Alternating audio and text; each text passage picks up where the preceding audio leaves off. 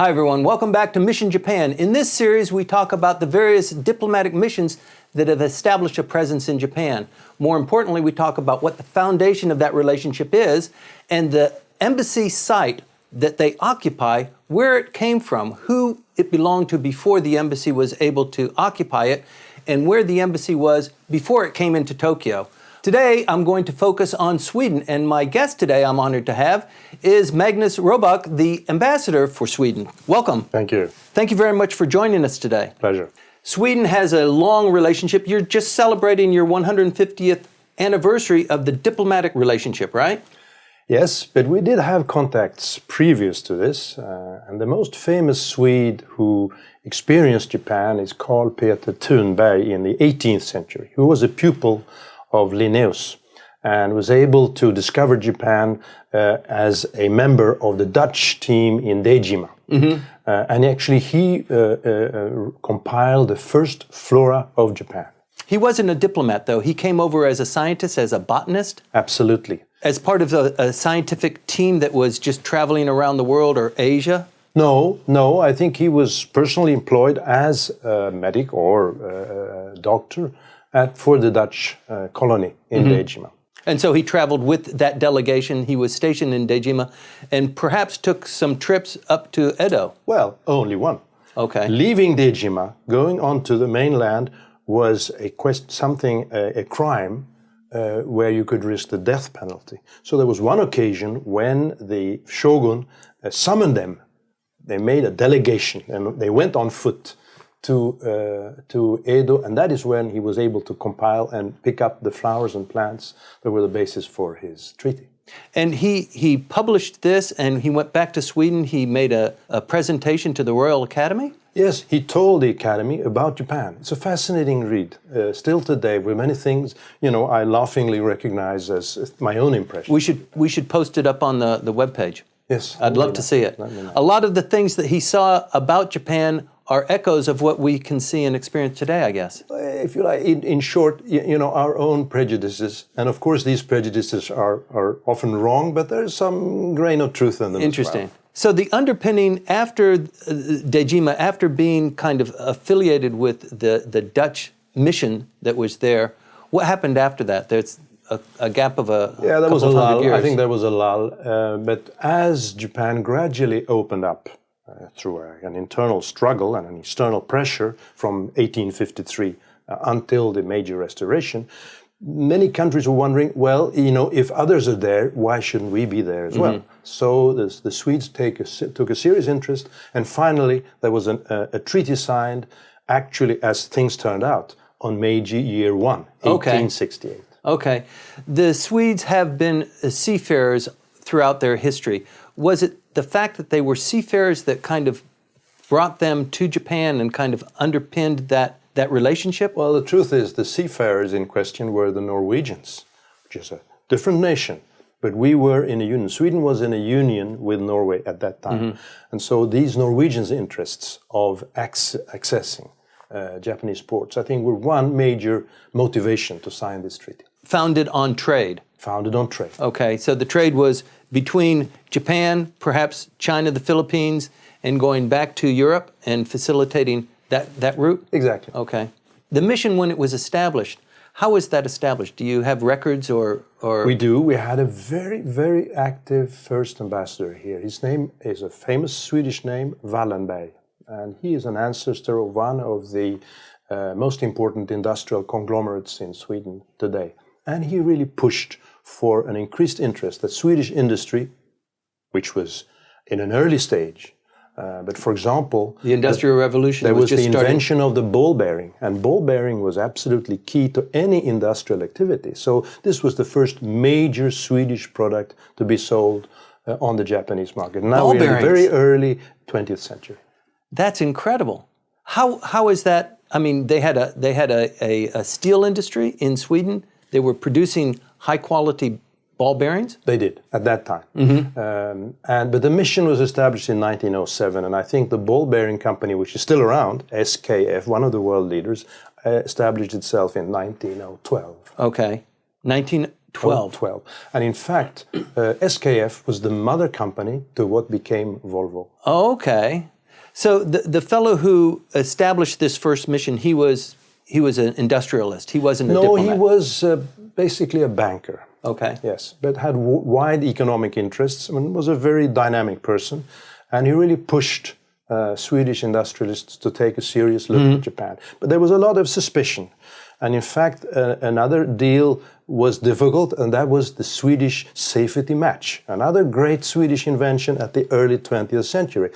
And the Japanese bought a lot of those matches until after a few years they discovered how to produce them themselves. And this created a kind of feeling that we should be careful selling things to Japan because they're very good. High technology. Right. That's right. I imagine they established their first diplomatic presence in Kobe because that was the most active place for diplomatic missions at that point in time. Is that where the Swedish mission first established? No. We did have some consular representatives, but Mr. Wallenberg's mission was established right away in Tokyo. And in fact, he took a suite at the Imperial Hotel. Okay. Then we have been in 17 different locations until we finally found our wonderful present location. Yes. So there was a long struggle lasting about 50 or 60 years before we actually found our home in Tokyo. Right. I understand that you had a mission consular mission in Kobe. You also had one of your missions established in Tsukiji. And it seems like a lot of missions, that must have been like the Gaijin ghetto, That's kind true. of like Aoyama is today. But it was a very short period. But it's true. After Imperial Palace, we did settle for a short while in Tsukiji. And the current place that you occupy, it's just in central Tokyo. It's a beautiful building. Is this where the original mission was? No, there was nothing there. This was a small farming village called Imaidai. Right up here at Okuda, Exactly. that rise on the hill, that was called Imaidai. Imaidai. And the chieftain, his name was Ichibe. And after a while, probably after his death, this area became known as Ichibecho. Ichibe. There was even a red light district there for a while. And luckily, it was closed down in 1840 through the Tempo reform, when there was an effort to clean up. Japan had become decadent, and particularly on this side. But this red light district was then closed. Farmland. Farmers, and then this red light district. But still very rural, very rural. And in fact, I've seen photos of this land totally empty, a barren land, no house, nothing.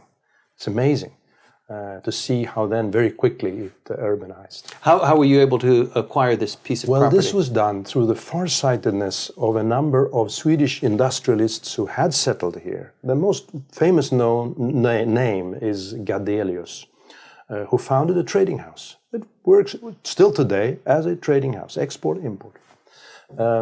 And they felt that Sweden needed proper representation on its own land. And so they acquired this land, 6,000 square meters, at the price in 1939 of 400,000 yen.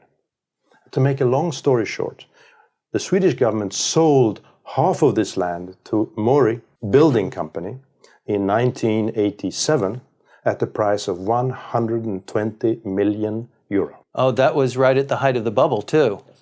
So, yes, that's right, because you've got the huge Mori building. It's a complex. It's basically a residence, isn't it?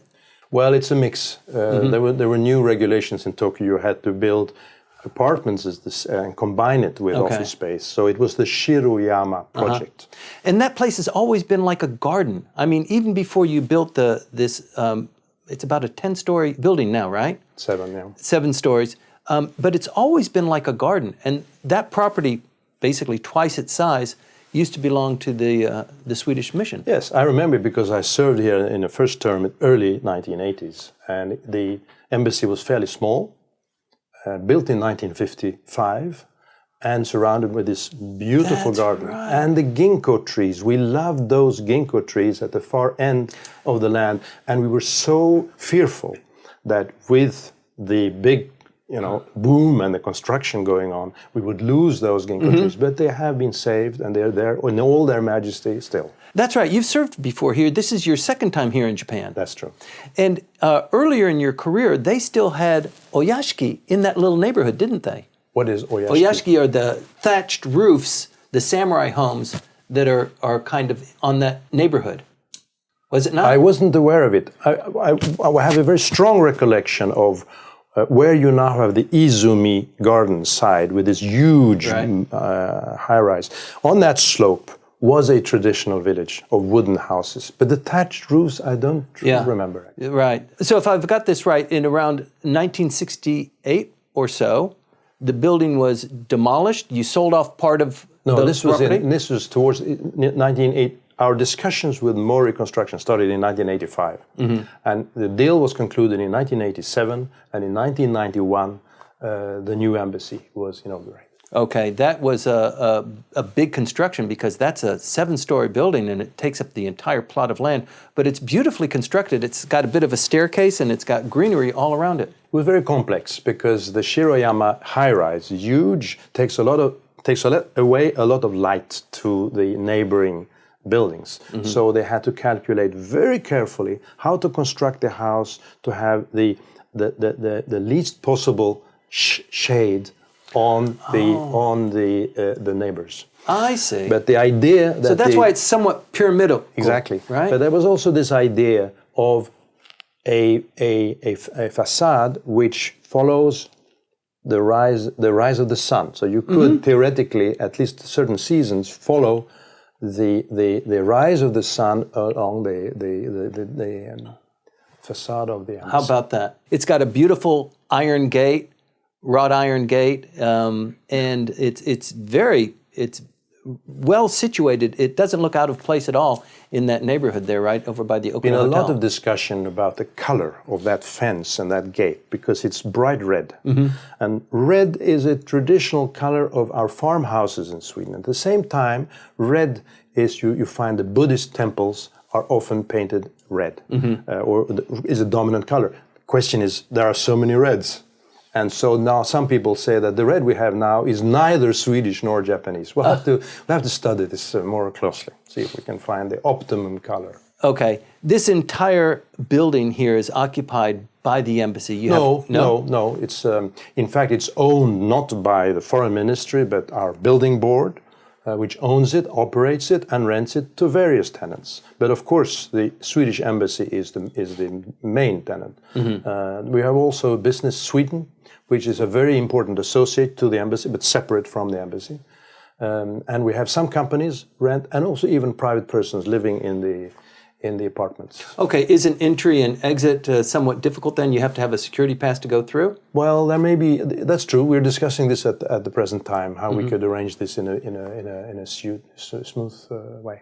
Okay. We have an auditorium, we have exhibition spaces, many conference rooms and so on. So it's an extremely useful meeting point for anything that is Japan, Sweden. Sure, I've been to many exhibitions there, speeches. You have a great auditorium, wood paneled, and the acoustics are really nice. We're very privileged in this way. Tell me about the community here, the Swedish community, and their involvement with the embassy. I mean, there's a Chamber of Commerce, obviously. I went to one of the events just 2 weeks ago. Yes.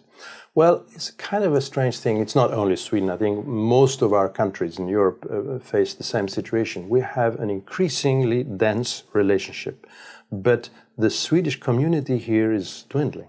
We have much less expats, the expats of the 50s, 60s, 70s. These Swedish companies, basically today, are run by Japanese or other nationals, many different nationalities. Our companies are now really multicultural, international.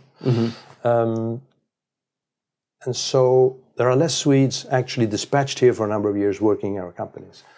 We have, of course, the Swedes who marry Japanese and live for personal reasons. Many students and researchers coming for a shorter period.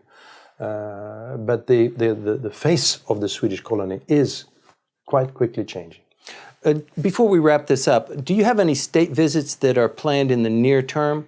And also, I'd like to hear about what's the bulk of the trade between Japan and Sweden. Is it automobiles? Is it high tech?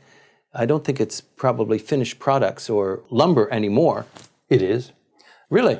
Yes, 10% of our exports is lumber or sawn timber products. Isn't that 10%. funny? Because Yeah. with all the lumber that they have here in Japan, you would think that they've already got a homegrown market. Well, they of course they have their own market, but they have a great need, and I think an increasing need for sawn timber.